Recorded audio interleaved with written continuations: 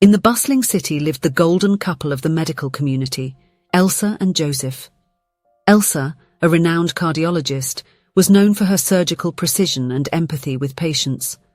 Her eyes, always attentive, reflected the intelligence and dedication that made her one of the best in her field. Joseph, on the other hand, was a respected orthopedic surgeon whose skilled hands had restored mobility to countless patients. His warm smile and charismatic personality made him beloved by everyone at the hospital. Together they formed an unbeatable duo, both professionally and personally. They lived in a spacious house in the suburbs, decorated with a modern touch that reflected the couple's refined taste. The white walls were adorned with contemporary artworks, carefully chosen by Elsa during her rare breaks. The couple's routine was hectic, with long hours at the hospital interspersed with romantic dinners and lively conversations about the latest advances in medicine. Elsa loved sharing with Joseph the details of complex surgeries she performed, while he listened with genuine interest, asking pertinent questions and offering his unique perspective. It was amidst this life filled with professional achievements that Elsa and Joseph decided to embark on a new adventure: parenthood. The news of the pregnancy was received with great joy by both. Elsa, always methodical, immediately began to plan every detail of the coming months, from the baby's room decor to the organization of her maternity leave. When little Thomas was born, carrying blue eyes like his father's and dark hair like his mother's, Elsa made a decision that surprised many. She would take a year off to fully dedicate herself to motherhood. "It's a unique opportunity," she explained to her colleagues, who looked at her with a mix of admiration and incomprehension. The first days at home with Thomas were a mixture of joy and exhaustion.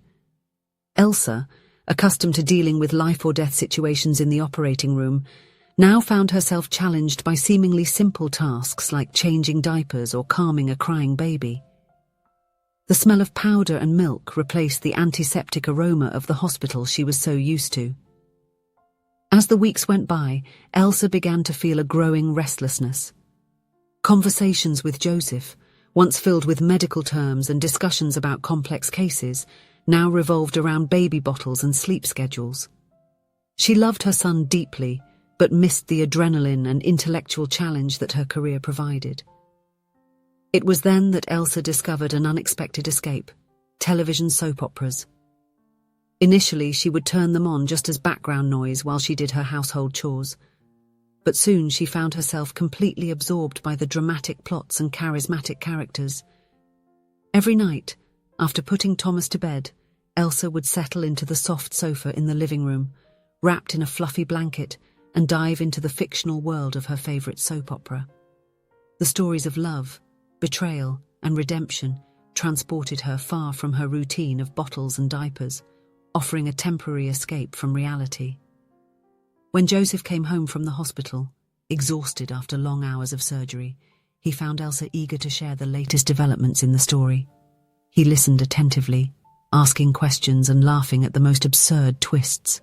Seeing his wife, who was once so focused on medical matters, now enthusiastic about the adventures of fictional characters, amused and delighted him.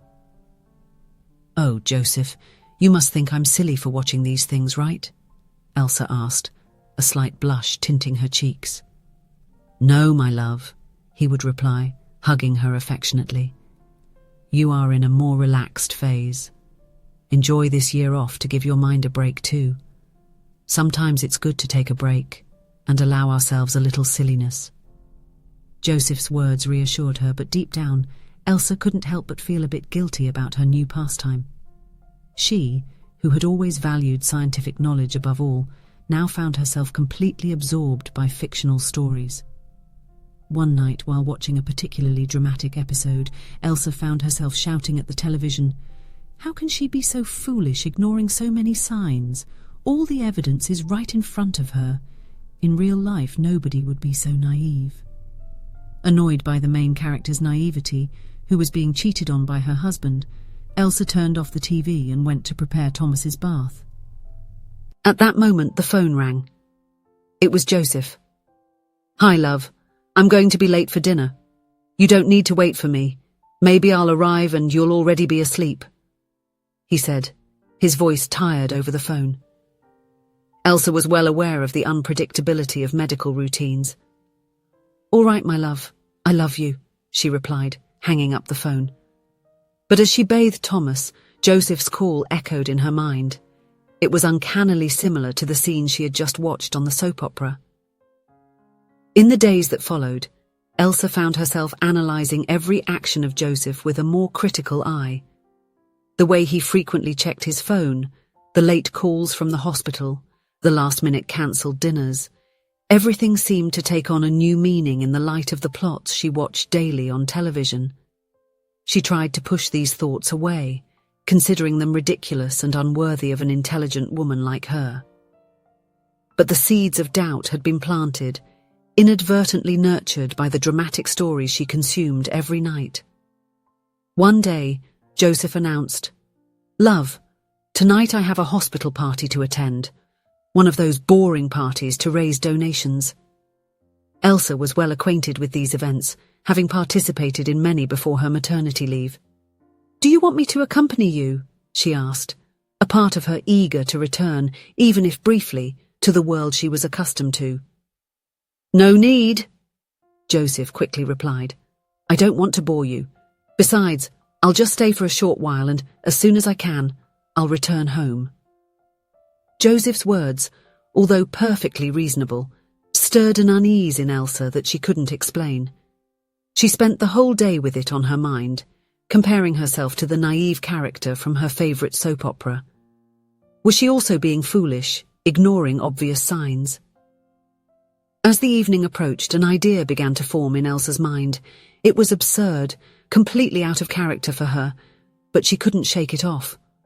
After putting Thomas to sleep and leaving him in her mother's care, Elsa found herself driving towards the venue of the party where her husband was. The ballroom of the luxury hotel sparkled with golden lights, reflecting off the jewellery and champagne glasses of the elegantly dressed guests. Elsa, in her jeans and simple t-shirt, felt completely out of place. Without an invitation and inadequately dressed, she knew she couldn't just walk through the front door.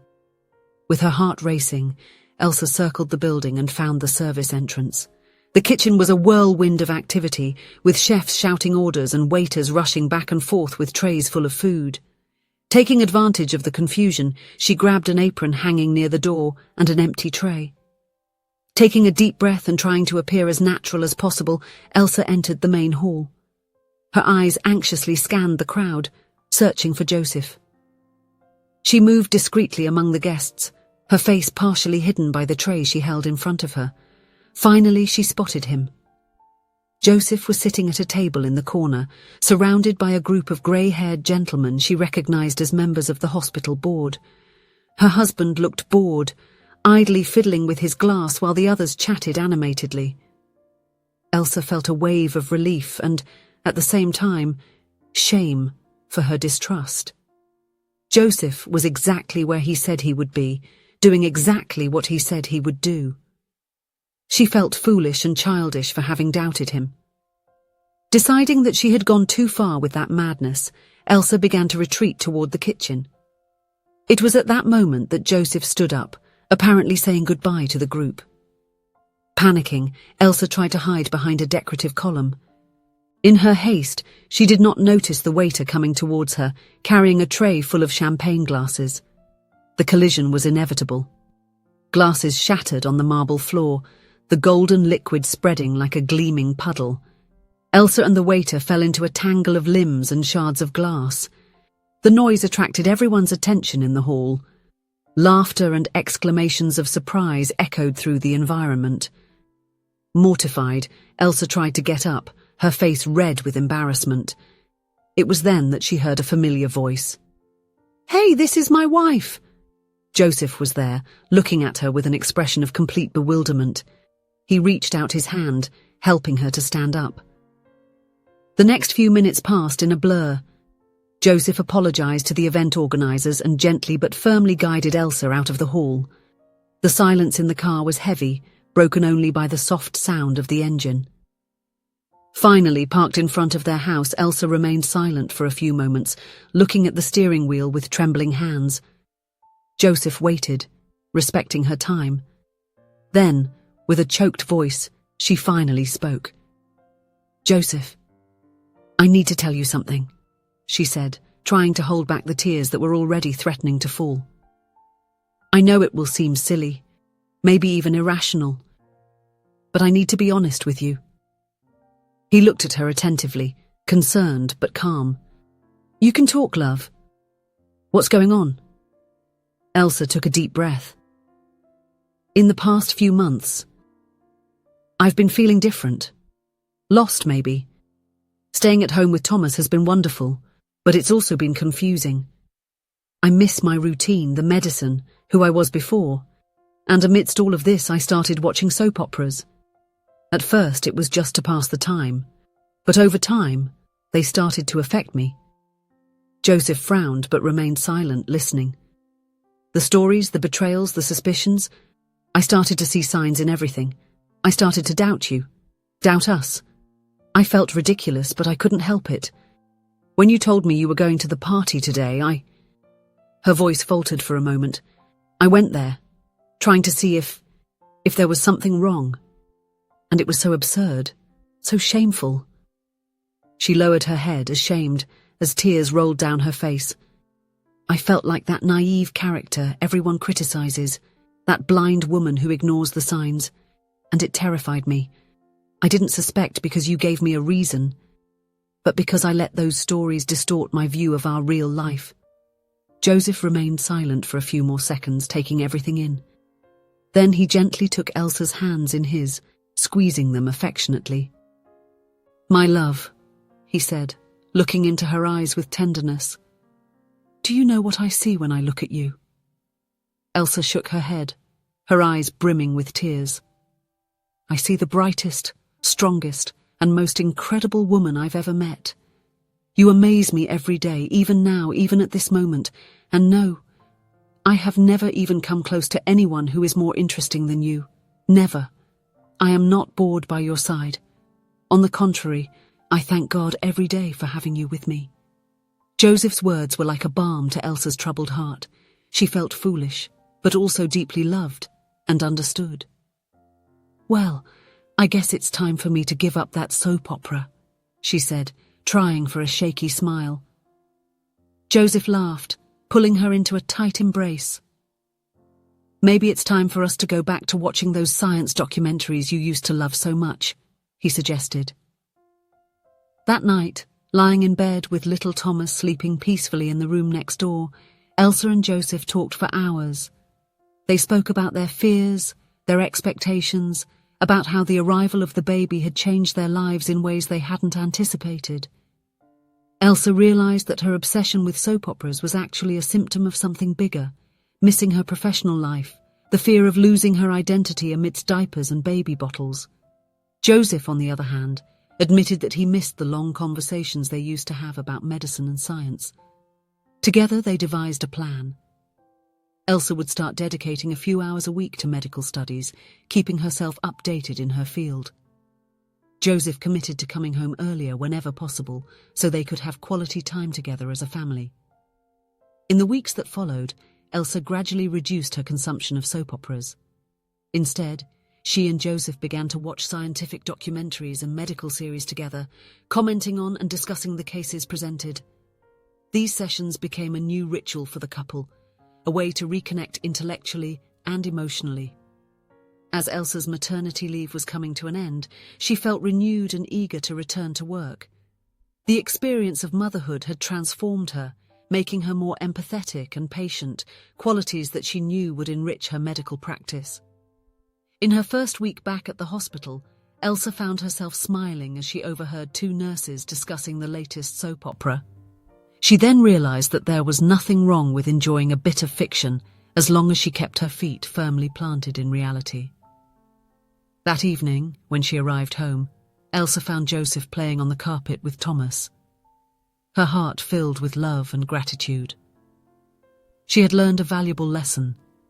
Real life, with all its challenges and joys, was infinitely richer and more satisfying than any fictional drama could be. As she joined her family on the carpet, Elsa reflected on how easy it is for us to be influenced by what we see and hear, whether on television, social media, or any other media.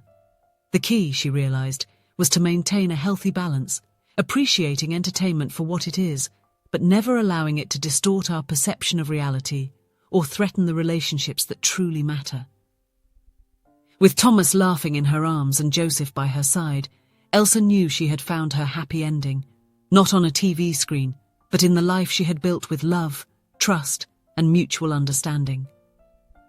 If you enjoyed the story, please leave a comment with a rating from 1 to 5 to show how much you liked it. Also, watch the video that is now appearing on your screen. See you soon.